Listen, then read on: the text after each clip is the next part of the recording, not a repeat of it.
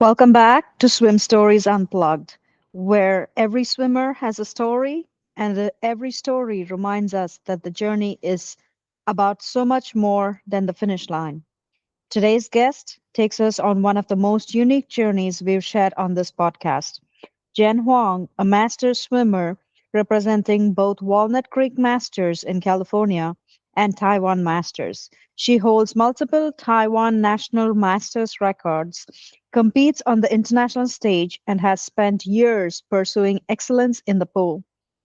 But this conversation isn't just about fast swims or national records. It's about identity. What happens when you train in one country but represent another? When you're celebrated as one of the fastest swimmers in Taiwan, yet you're surrounded by world-class athletes every day in the United States. Where do you truly belong? Jen shares her experiences navigating two cultures, the pressure of representing Taiwan, missing records by fractions of a second, battling race day anxiety and burnout, and ultimately discovering that the greatest victories aren't always on the scoreboard. This is an honest conversation about finding your place in swimming, in competition, and in yourself. Before we dive in, if you enjoy stories that inspire, educate, and connect swimmers from around the world, don't forget to like this video, subscribe to the channel, leave a comment sharing where you're listening from, and share this episode with a fellow swimmer. Your support helps Swim Stories Unplugged reach even more people in the swimming community. Now, let's dive in. Okay, we're live. Hi, Jen. Thank you for being here today. Thank you. So, tell us about you and the very first memory you have about either learning how to swim or your first fondest memory in the pool. Well, I'm Jen. I currently swim on Walnut Creek Masters. I also swim for Taiwan Masters as well. My first memory of the pool, I remember I used to be really scared of putting my face in the water, and it would be really hard for me to even go to swim lessons. So that's probably my earliest memory of swimming. The only time I was able to do that was at a club called Harbor Bay Club in Alameda, where they had really good swim lessons. I was also taught by someone who was really cool. Her name was Jenny, Jenni, and I kind of took her nickname as well for a while until I became Jen. I became Jenn Hwang once I started swimming competitively at the age of 15. It's a little late for swimming, but we've seen master swimmers start from much later. So yeah, that's my first memory of swimming. How I kind of came to be in my roots. And how young were you when you started this journey? I tried to start swimming apparently for my mom when I was the age of 3, and it was difficult. And eventually, I ended up becoming competitive at 15. Okay, sounds great. So, what was your favorite stroke when you were learning I think I had a natural affinity for breaststroke. for breaststroke? And do you still swim breaststroke? Yes, I actually have 2 national records in Taiwan for 30 to 34 in the 50 breaststroke and 100 breaststroke. I'm trying to aim for the 200 breast, and I was devastatingly close by like 0.29 at 2024 USMS Nationals. I was just like crying in my goggles that day. Right. Yeah. How does it feel to be so close and not yet be there? Like, how do you feel about it? At the time, it was just super frustrating, especially because I also had several different races coming in.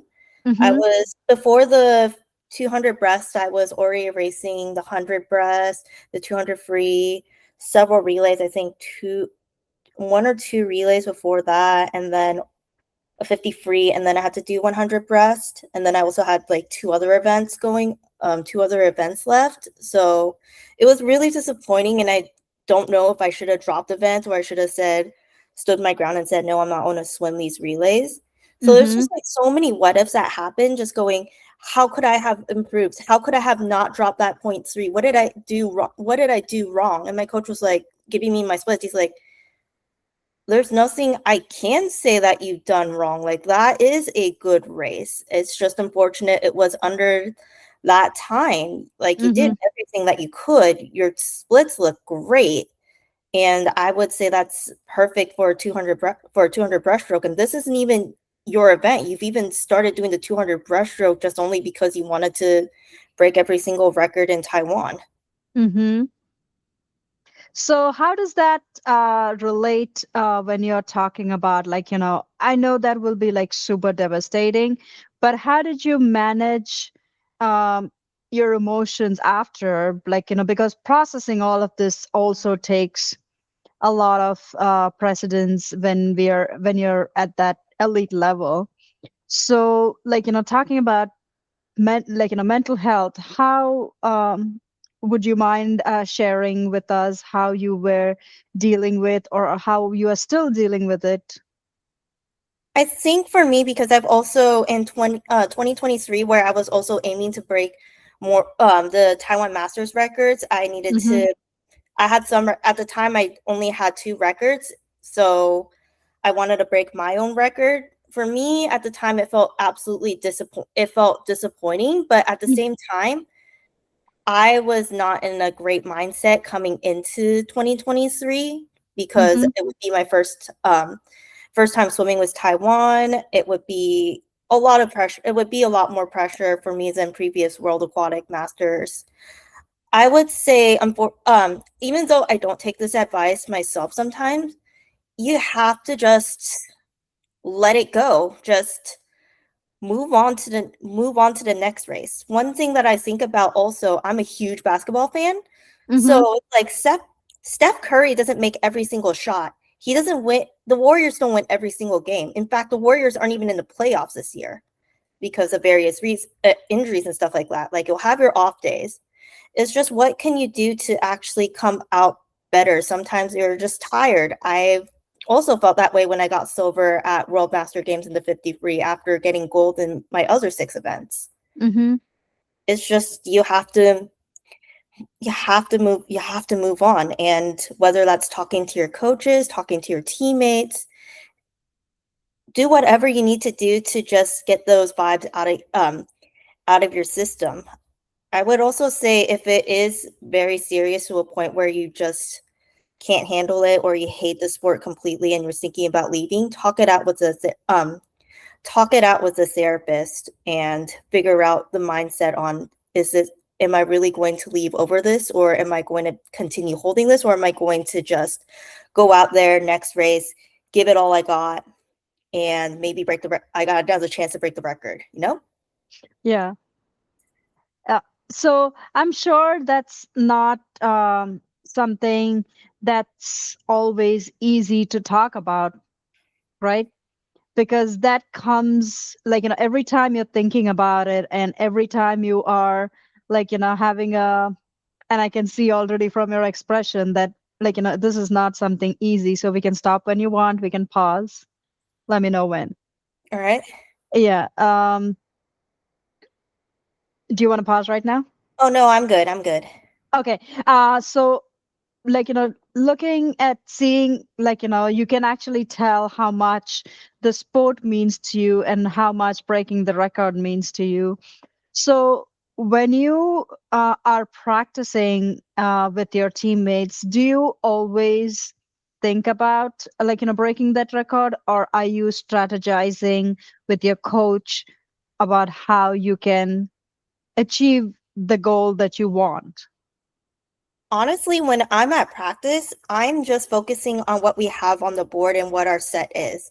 I mean, yes, I'm going to sometimes fantasize about breaking the record in my head while I'm swimming, but at the same time, it's like I have probably accidentally hurt my hand a few times because I was too busy daydreaming during practice versus actually paying attention. I Mm-hmm. feel like you have these dreams, aspirations, and goals, but you have to focus on what's ahead of you right now, which is what you're practicing right now, because those Mm-hmm. race mechanics that you learn from swimming and what your coaches are throwing at you are going to be what's going to separate you from everyone else on the block. Right. And when you are working through this, like, do you always have lean on your teammates and coaches for uh having these conversations, or do you uh how do you handle it? So I do sometimes talk to my coaches. My coaches have known me for over 10 years and they Mm-hmm. know about how much pressure I put on myself. So they're very, very hands off because they know if they add even more pressure, it's probably not going to help my case at all. With my Mm-hmm. teammates, there is some understanding because I swim with really fast people like Allison Zamanian, Andy Grant, who have world records, Mm-hmm. and I could always reach, I feel like I can also talk to them as well to get some of their advice Mm-hmm. if as needed. But overall, with my teammates, I do vent to some of them, but I also do use some of my teammates as well to race with during practice. There's this person called Yu Shen Gu that's always in my lane that I always try to race against Mm-hmm. to just push me in practice a lot more. Like, I feel like I'm hearing a few things you're saying. Like, you're leaning on your teammates, you're leaning on your coaches, and you all those are it sounds like they are your anchor, right? Because they know you and what you want. So how does it feel when when you're swimming and when you are out to race, maybe at a meet or something? How would you say that that is something that you work towards? I'm kind of not understanding the question a little bit, so Sure. So when you have your teammates and your coaches by your side, what is it that you feel because your coaches are guiding you and you have your lane mates who are pushing you. So do you feel like that is something there is something that you are not able to achieve, or do you always go in by with a mindset like, I'm here at practice, I will do my best right now and then worry about the world record later, the Taiwan record, I'm sorry.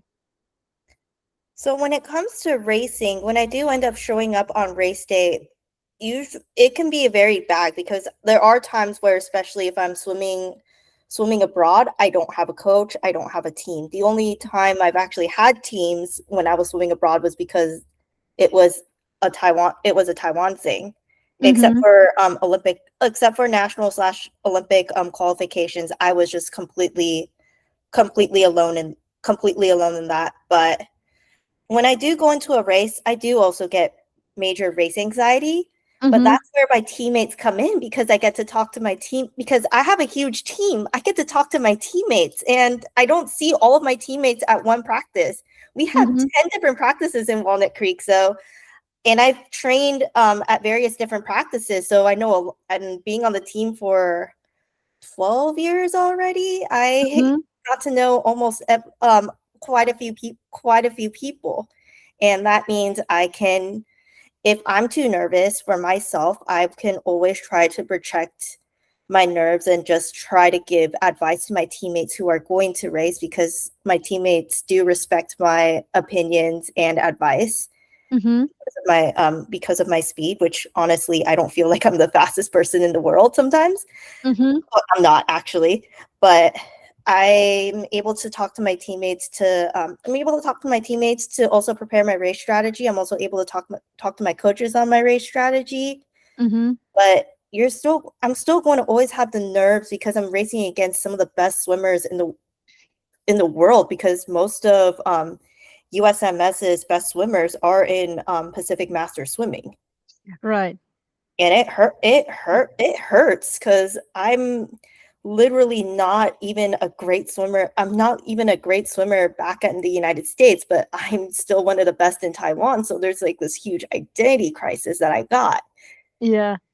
But So I try to plan out my race. I try to plan out my race plans. I try to plan out my race strategies. I try to see if I can have some coping mechanisms. But if not, I will just figure out how to text a coach, even if I'm mm-hmm. in another country. Right. That's always the best thing, right? You can reach out to your coach, whether you're in Taiwan or whether you are in the US. So, one of the questions I was thinking about was how, sorry, I just lost myself there. Um, you mentioned identity crisis, right? So, how do you manage the difference between the identity crisis? To be honest, I'm Mm-hmm, still figuring that out myself because I'm one of the few Asian Americans in my well, now it's starting to get a lot more diverse as you've seen. mm-hmm, But I used to be one of the few that was in heats 1 and 2. mm-hmm, And the identity crisis predominantly was I was the smallest little thing on the blocks. And you have girls who are like 5'9" towering over me. I'm just like, oh. It really became a part of my identity to become a Taiwanese swimmer starting in 2019 when I met the Taiwan Masters team and I saw their records. I was like, I can break that one, I can break that one, I'm gonna break that one. And then it just molded my identity to a become a Taiwanese athlete. But I still struggle because people think because I'm the best in my country means I should be dominating everyone else, even though my family's from a small island nation that doesn't produce a lot of swimming talent. So for me, it's just like, do I still have the question of who do I focus on? Do I focus on the Taiwanese aspect or do I mm-hmm, focus on the United States aspect? Because I live in the United States. I train in the United States. I was born here. But when I go to Taiwan and start swimming, it's a whole different ball game. I'm breaking records. I'm beating people by seconds, by many seconds, mm-hmm. and minutes at World Master Games, which was I was like shocked when I saw the second place 200 free time. I was just like, 1 minute, I was ahead by 1 minute and 10 seconds, and here I am crying that I didn't break the national record that I set in 2024. Okay, then. Right. Yeah. There are there are always like pros and cons to this, and I know, you are always, as human beings, we are always challenging ourselves as to why, we're beating ourselves up, right? Why didn't I do this? I could have done better, right? Yes, there's always ways and means to become better, but at the same time, I like how you openly shared about how you would feel in that moment. And as a fellow swimmer, amateur swimmer, I feel like I can relate to that on a very low level because I only started master swimming 2 years ago. So it's not been very long, maybe like 2 years and a couple of months at the most. So I can definitely relate to you. But for our listeners, can you tell them the importance of why? Um, let me put let me of why you feel the importance of um, training, uh, and I understand your I don't know, I'm blanking out right now. I'm gonna pause the recording for a minute. All right.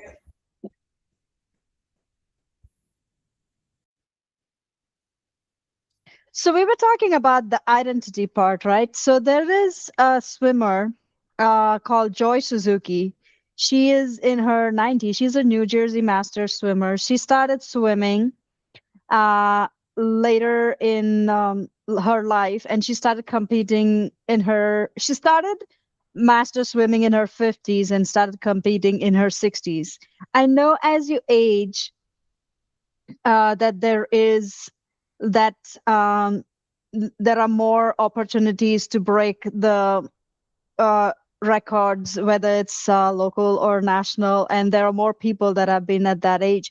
And she has a book th- that she talks about, and she was on our the podcast, and she talks about how she has like she came from a different culture, and she is born here as well.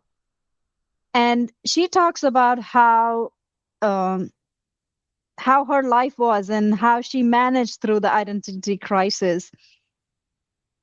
So like whenever you get a chance, like you can find that book. uh and she also I think the book's name is A Child of Two Cultures. And she is also from Tokyo, Japan. So like that Asian identity.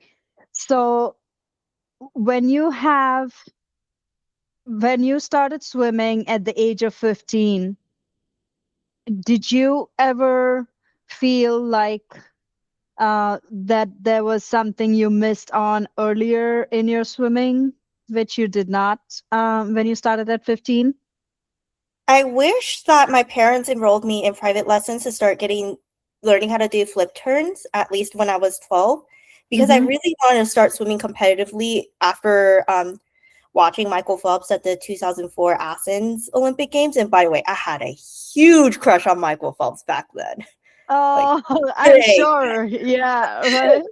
Um, so that was a little bit of my regret. And also, my parents at the time were kind of pushing, just thought of it as an extracurricular. They didn't think it was going to amount to anything. So Mm-hmm. they've been pretty unsupportive of my swimming career until I became a master swimmer. Mm. And then well, I think also because I was already making like top 10s for USMS at the time. So I'm just like, hi guys. Well, at least my parents support me now, because otherwise, number one, I would not have gotten my Taiwan passport if they did not support the pursuit. Right. But wish that, if I may just impart some advice to those who are those who are parents, whether you are Asian, white, Hispanic, or Black, let your kids do what they love, especially in high school and somewhat in college as well, because that's the only way that they can learn their lessons from failure, from something that they're passionate about. Yeah, maybe they won't make the Olympics, maybe they will not make the big leagues, but Mm-hmm. at least this way your kids, they're going to be happier, and there's not going to be any resentment or regrets. That's one thing that, when I do have children of my own one day, I hope to be able to support. Yes, there's going to be times I will just push back, but I'm going to support them wholeheartedly. I'm not going to just tell them, oh, you should probably cut down your hours in swimming, or oh, maybe you should consider something else. I'm just Mm-hmm. going to see how they do and go out there. So otherwise, yeah, that I think my regret predominantly is just I didn't start. Of course, it's I didn't start earlier. A lot Mm-hmm. of it also was college too, where I swam on a club team, USA Swimming Club, because I was transiting between the United States and Australia for personal reasons that I would prefer not to talk about in this Sure. podcast. Of Uh, course. And that definitely screwed up my dream of wanting to walk onto a D1 swim team as well. Mm-hmm. And have you had experience swimming on a D1 or swim team?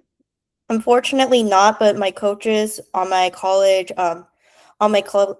club were, I think one of them was a graduate assistant coach or something, and the other one, eventually the head coach of the University of Pacific team, took over the head coaching position for Tiger Aquatics as well. I see. I see. And like when you are getting your training, right? Do you have specific training plans for yourself that you do for yourself other than what the coaches have for you? Not really, unless I really don't want to do short course yards. There's a long course meters pool close by, so I will train on. I can go take my coach's set, modify as needed for a long course.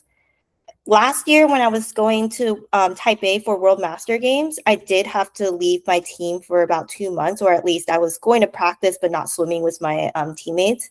Literally just went there, took a picture of the board, told my coaches, hey, I'm going to go swim this in long course. What do you think? Okay. Yeah. Change this, change this, change this. Okay. See you later. All right. So it's great that you have that option between long course meters and short course yards option. Do you ever feel like training in, I mean, I know the World Masters is usually long course meters, correct? Usually in America, it's short course yards. In international, I believe, well, also keep in mind Taiwan's really small, so we only focus on long Right. course meters. Mm-hmm. I believe Australia focuses on both short course and long course, but occasionally their nationals flip flop each year between short course meters and long course meters. So I Okay. would say universally, outside of the United States, probably long course meters is more prominent, and then you have Mm-hmm. short course yards being more Yeah. prominent in U.S. master swimming. Right. So what I was trying to ask is like when you are swimming in long course meters pool, do you have a preference of how you train? Because like, training in long course meters versus short course yards is something completely different, right?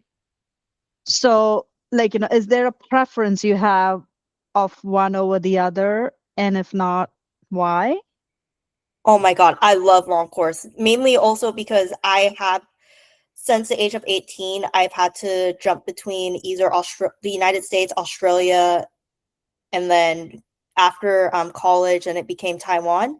So I've had to prioritize a lot on long course Hmm. because short course yards was not going to cut it in Australia. It was not going to cut it in Taiwan. So I've always focused a lot more on my long course versus short course, and you can also see that on my USMS times profile where I have more long course times and short course yards times. For long course, I think the approach that I go with it is I do actually use my brain a lot more in long course. So Hmm. I'm thinking more on like my distance per stroke, my technique, and how I'm my feel of the water Hmm. versus in short course yards because you're going into so many different turns all the time. I in my short course, I just focus more on my underwaters. Not that I don't focus on my underwaters in long course, but I feel like I have more of a focus on turns and underwaters in my short course versus my long course, where I'm more trying to be more stretched out, efficient with my stroke, especially because I'm only like 5'4". Right. Yeah. And I feel like you have talked about your height.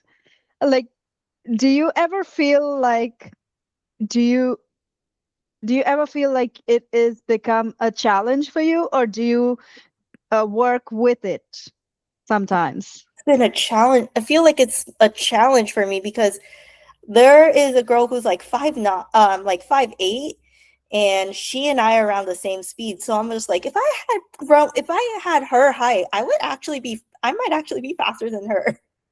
Right. Okay. And that's an interesting combination. Not a combination, but interesting contrast, right? Like how like in just a few inches would matter of how you're swimming, right? Um,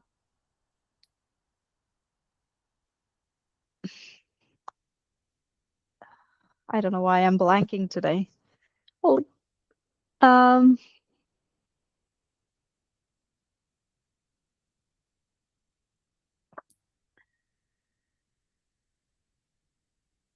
what was your fondest memory about your meets with your coach, either or, like either when you were swimming when you were younger or in masters or both?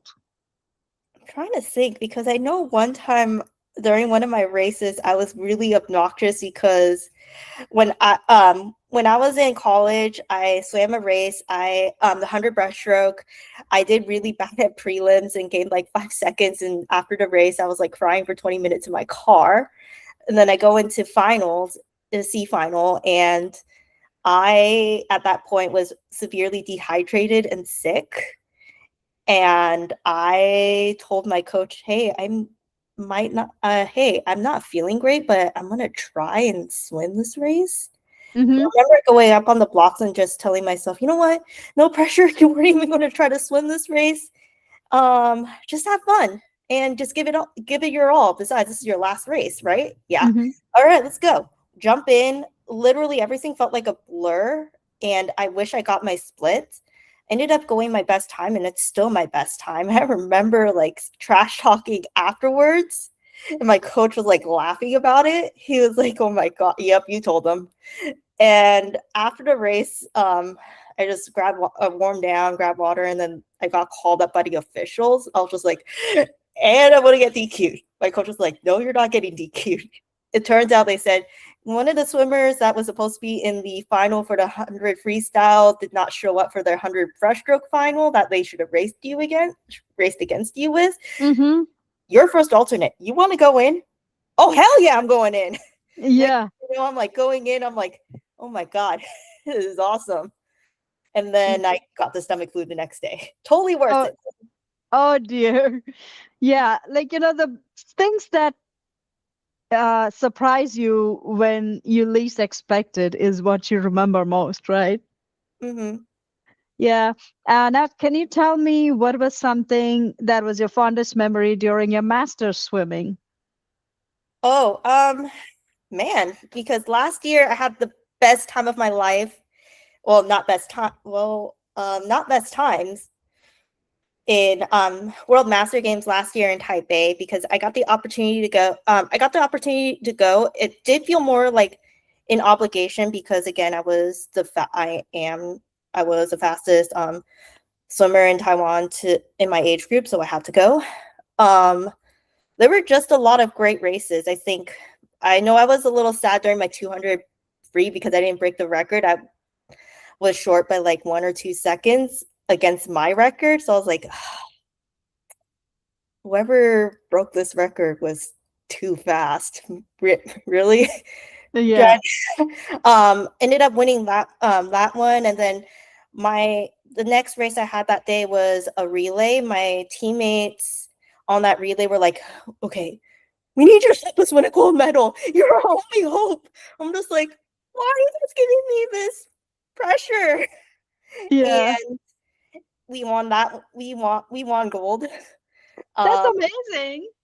then the next day was my 100 breaststroke where I broke the national record. Honestly, I just felt relief because I'm just like, oh my god, I don't need to submit paperwork. I'm done.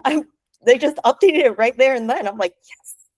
And then I had a relay shortly after that one. The funny story was we all met each other on Facebook and we decided to Mm-hmm. come up with a relay together.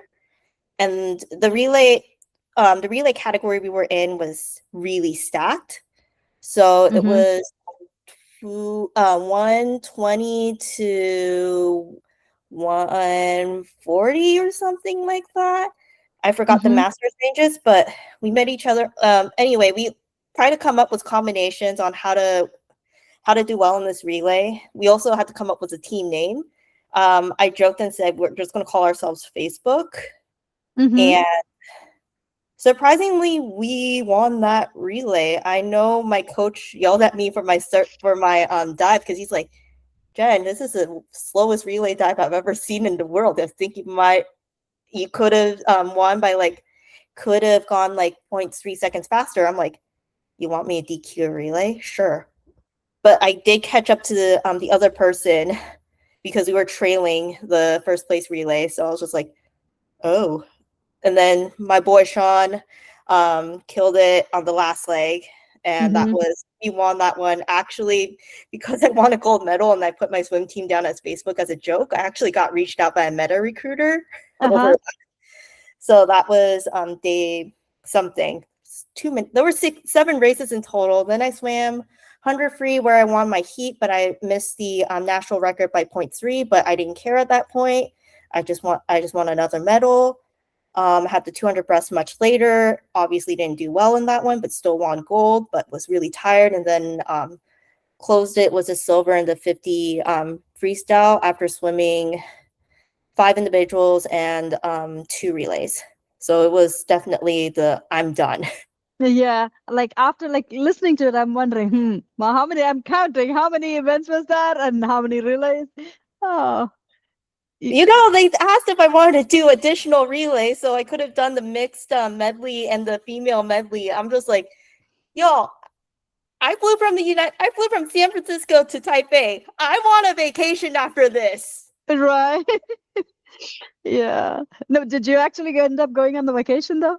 Yeah, so after racing, we moved from Tianmu, which is the Tianmu district in Taipei, down to more to Da'an, which is more closer to Taipei 101-ish. Mm-hmm. So we moved hotel. My boyfriend and I, we moved hotels, and then we spent the first day after moving to that hotel just resting a bit.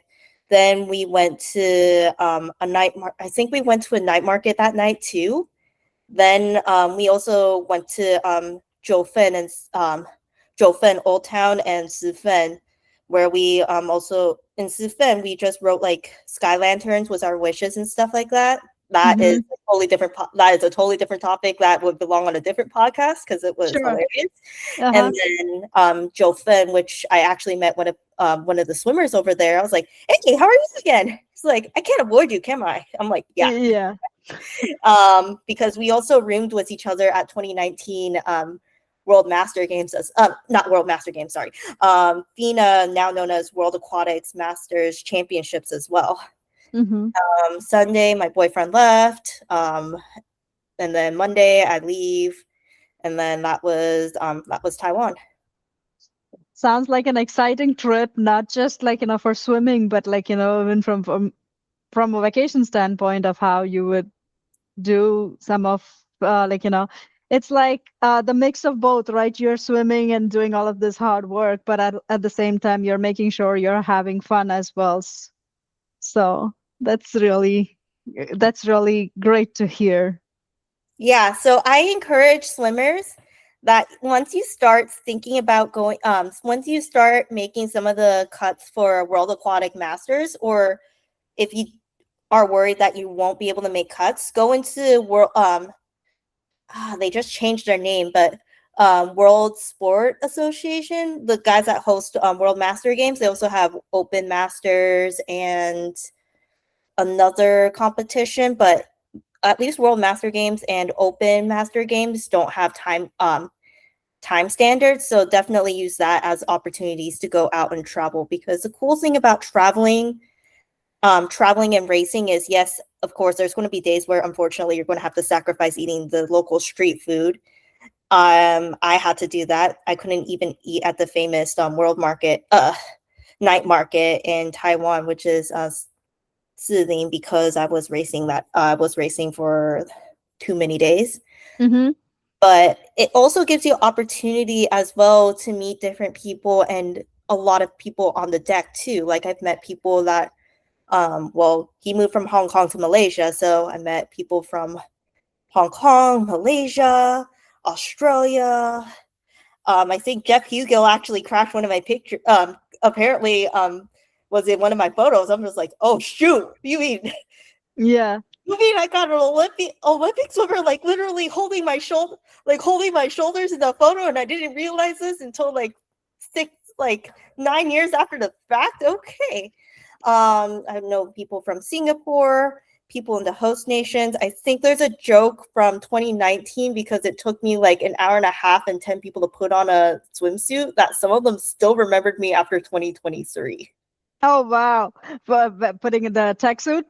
Yeah, it took 10 people. Basically it was the United Nations and United Nations to get involved there.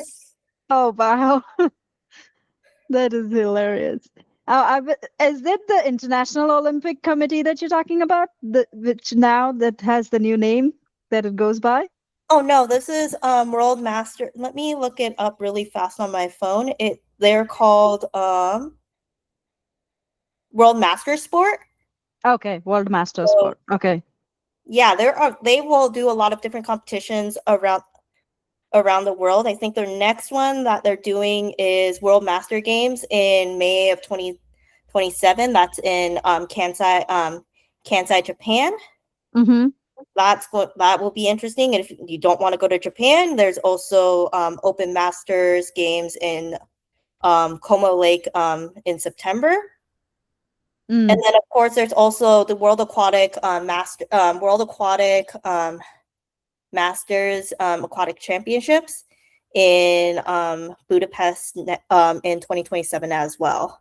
But that one has time standards. However, there are slower than the USMS National time standards. So, yeah, just just practice and enjoy Hungary, Japan, or Italy. Yes. Yeah, like one of the destinations is sure, right? And if you just feel like, oh, I don't want to swim internationally, there's also just researching other countries as well. Like Germany has a strong master swimming presence. Despite the language barriers and my lack of comprehension in Japanese and Korean, those two also have a very strong culture with master swimming, and they're super hyper organized. There's also Australia to go to, which is fairly organized, but a lot of my ex-Aussie friends don't even swim anymore, unfortunately. I see. So it's not I mean, I don't know much about the Aussie sports in swimming. So like, is that something, is it similar competitive environment like the US Masters? So the Australians in normal senior elite swimming, they are on par or sometimes better than the Americans at times. It's just that once you have all the swimmers in Australia, since there's no NC2A system over there, either they'll continue swimming club in college and then they'll do World Uni Games, which my friends have said is basically an alcohol fueled sporting event. Except for, I think one team took it way too seriously one year, as in they took the competition super seriously. And of course, they're on par. At the time, they were on par with, like, if they were racing against Cal, it would give Cal a run for their money. But unfortunately, after swimming age group, most swimmers in Australia just quit the sport. They don't really do masters. I don't know why, to be honest. But I think interesting. that they don't have as big of a presence or organization with USMS. But also, maybe it's because for USMS, we've had so many past Olympians come back in. And also, again, I will say Olympic Club does also have like their members that were ex-national teamers do join the club with stipends and scholarships. And that also kind of elevates the sport. I know that Cam McAvoy, who recently broke the world record in the 50 free, went to a Masters meet just so he could swim a 25 free. Yeah, I So saw that. brings more exposure to the Aussies on their Masters, because I have been joking about saying, what if I just went down to Australia and go break either a few of their records? No, I'm not. But maybe make their top 10. Make the top 10, yeah. Like good goals, definitely good goals to have, for sure. And like, which reminds me, do you have like, I know you do want to break records in Taiwan, but are there any other short-term or long-term goals you have for yourself here in the US Masters? Last year, I did try to see if I could make the top 3 into my LMSC, but unfortunately, I felt like a few points short. This year, that's probably not my goal this year. I'm taking more of a relaxed year and focusing on USMS National, since it's an hour away from my house. I would say for the long term, maybe my goal is to predominantly just to try to figure out if I can continue and enjoy doing the sport, because I'll be honest, right now I'm going through a period of burnout, which is why I'm not racing every 2 weeks. I mean, I think there was one period where I was racing every single weekend. Wow. Yeah, and last year I think I had to sit on a plane at least 3-4 separate times to compete. I lost track. So taking it a little easier this year, just so I can reset myself for future swimming endeavors, and then coming up with the goals then is probably the best way I can say that my goals are right now. because the last thing I want to do is just completely have resentment towards the sport, because I remember when I was 22 and vowed to never step foot on a swim deck ever again. I'm like, once I'm done with this race at Metros in Australia, I never want to freaking swim ever again. Oh my gosh. And like, how did you overcome that? Like, we know you're like, still swimming, so Funny story. I ended up going back to my master's team because I wanted to stay in shape after eating way too many In-N-Out burgers. I was looking at my weight on the scale. I'm like, yeah, maybe I should go do some sort of exercise. I know I don't like swimming, but just do it to do laps. But then I realized I was still trying to push myself to make intervals. And some of the people that I was with were saying, this is like our fast interval. I'm like, ew. And then there was a competition coming up. I saw there was prize money in it. And then I ended up winning high point at that. I'm like, yay, wait, you mean this is not a cash prize? Oops. Well, too yeah. late. Oh, yeah. Oh my gosh. Yeah, that would have been like, wondering, what did I just sign myself up for, right? Yeah. Yeah. I think overall the best goal is to just continue the records. Even though I've broken records that were 30 years old, I think it was like over 30 years old. It was in 1988 and I broke it in like 2022. So I think wait, hold on. I'm like doing math here because that's the same year that my boyfriend was born. So I'm like, carry to 4. I think 1980, what you said? 1988. So that would be 34? So it's a 34. Yeah, so I broke a 34-year-old record. So some of these records in Taiwan, they will stick. The only Yeah. record that is not sticking very well is that 100 breaststroke, because that Uh, record was broken in 2020. That was broken in 2022. Then it was broken again. It was broken again in 2024 twice. wow. And then it was broken again in 2025. And I was breaking most of those records were predominantly mine. So I know there has to be like a new generation of swimmers that are coming in that are going to continue breaking these records. So for me, it's just like enjoy it while I can. Yeah, I like that. I think that is a perfect thing for you, like, the listeners to hear, because sometimes they forget to enjoy themselves. They're like thinking, I need to do this, I need to break this record, I want to be better like this. And sometimes, like, we forget that we are in it to have fun. Like for me, I'm just maybe I think what's going to happen in the end is me and this person and one of my competitors. Shout out to you, Annette Skoda. I think we're going to be basically fighting each other about, hey, why are you in my lane for swimming? Why are you in my heat? Wait, I'm supposed to be in this lane. No, you're supposed to be in this lane. Why are you in my heat again? Wait a second. I just literally traveled to Budapest and you're here too. We've been swimming against each other. We didn't know about that we were swimming against each other probably since like 2010, 2011. We became friends in like 2017 because of World Aquatic Masters in Hmm. Budapest. I'm like, what are you doing here? Like, I race against you all the time. You're always in my heat, and Yeah. you're here. She's like, yeah, I know. I'm like, I know. This is really weird. Let's be friends. Yeah. I think the goal is probably the two of us are just going to end up racing each other until one of us ends up 6 feet under. I think that's a good goal I think that's a good goal to have a swim, to have like a competitor and a swim twin that is just going to push you to the next level and understands if you're like taking time off. Hmm. That's amazing. So, what would you tell the listeners? Like, most listeners that I have are mostly master swimmers. And, like, so what would you tell them if there is somebody who's just starting out or who is just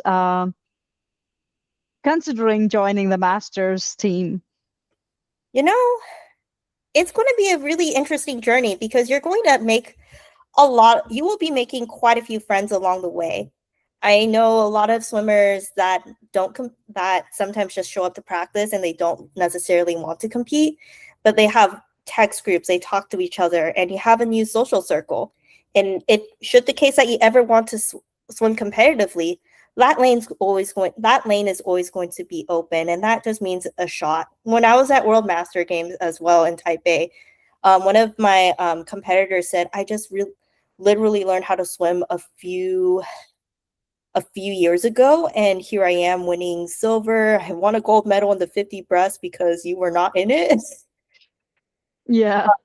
She was just like, a lot of people I know from Taiwan, some of them have just only took up swimming in the last 4 years, and they're going to world championships, just because there's a love for the sport, and you get to do so much. So my advice to you, to swimmers that are thinking about making the plunge or trying to make excuses of, I don't want to go to practice, I don't want to get my hair wet, and I don't want to wake up at 5:30 a.m. Well, Hmm. there's going to be masters teams that don't have 5:30 a.m. practices, so that's not an excuse. Yeah. Um, but you will make friends in the community, whether that's going to swim meets, going to practice, listening to podcasts like this, and reaching out to you, the host, or any of the guests. We're all welcome. We're all here to give advice. We're all here in one community, especially because I know USMS is big on ambassadorship as well. Mhm. We're all here to just encourage you to jump in. And yes, I will still give you stroke tips. Just don't beat me in the pool. Yeah. Just kidding. No, if you beat me, fair game, fair game, fair game. Fair game. Yeah. Have you ever considered coaching, or do you coach? I have considered, I do think coaching is pretty cool. It's just that I have imposter syndrome where, oh, I wasn't a D1 swimmer, so maybe I'm not qualified enough to be a head coach. I have So, wanted to start my own master's team in Fremont because it's very vastly underserved. It's a vastly underserved area for master swimming. mhm. Or, but I don't live anywhere near Fremont anymore, or I don't work anywhere near Fremont, so that would be a little tough. But I, it would be nice for for masters. But I also seen how much sacrifices my coaches have made, having to travel, missing family events. So for me, it's just like, I know the sacrifices that coaches make. It's just not here giving you pep talks and giving you sets. We're here to support you. You're like our second family or child. Right. Yeah. So how about, like, if not coaching US Masters, would you consider coaching younger children to just fall in love with the sport? I think it would be very. I think for me also, that's also where my imposter syndrome comes to play, because now you got someone who is now you got someone who's supposed to be helping the next generation, but doesn't have didn't have the right tools or resume growing up. On top of that, if anyone's listening to this, if a lot of people are listening to this, but hey, pay your coaches better, people, because that is why you don't have good coaches sometimes, because all the great talent sometimes just realizes, while they love the sport, they love doing it, but being a product manager at Meta pays the bills, not so much coaching 30 swimmers on a team. Yeah. No, I get that. Like, I'm sure. And like, we always make sure, like, shout out to all the coaches that I've seen, like, in the past couple of years. And I've not seen also, like, shout out to everybody, like, because they invest so much of time, effort, and their energy into, because it's like, that's just something that they do because they enjoy the sport. And yes, like, I really wish that there was m- that monetarily benefits the coaches as well. So, and maybe there might be more who will come along the way. Yeah, because if you took a look at the latest swimming news, even when now that Ryan Lochte is coaching now, I think Mhm. this is a graduate assistant role, and it's around 30,000 a year. And I live in the San Francisco Bay Area, so my cost of living is really high in our salaries are also really high. So for me to see that number, I'm just like, wow. Yeah, like, and for a year, and like, that's like more than a full-time job for sure. And especially with all the travel and stuff, which I don't know how much compensation there if some of the travel is comped by the university too, because I know with college teams you are also traveling as well. You are. Any last uh word of wisdom from Jenn Hwang? I guess just do what you need to do and do what you need to do in the water. I think that's just what my coach has told me. Um and enjoy every moment and try to enjoy every moment of it, even if your coach makes you do 100 100s on the 130. I like that. Thank you so much, Jen, for being on the Swim Stories Unplugged. It was such an honor and a pleasure to have you on here. Thank you.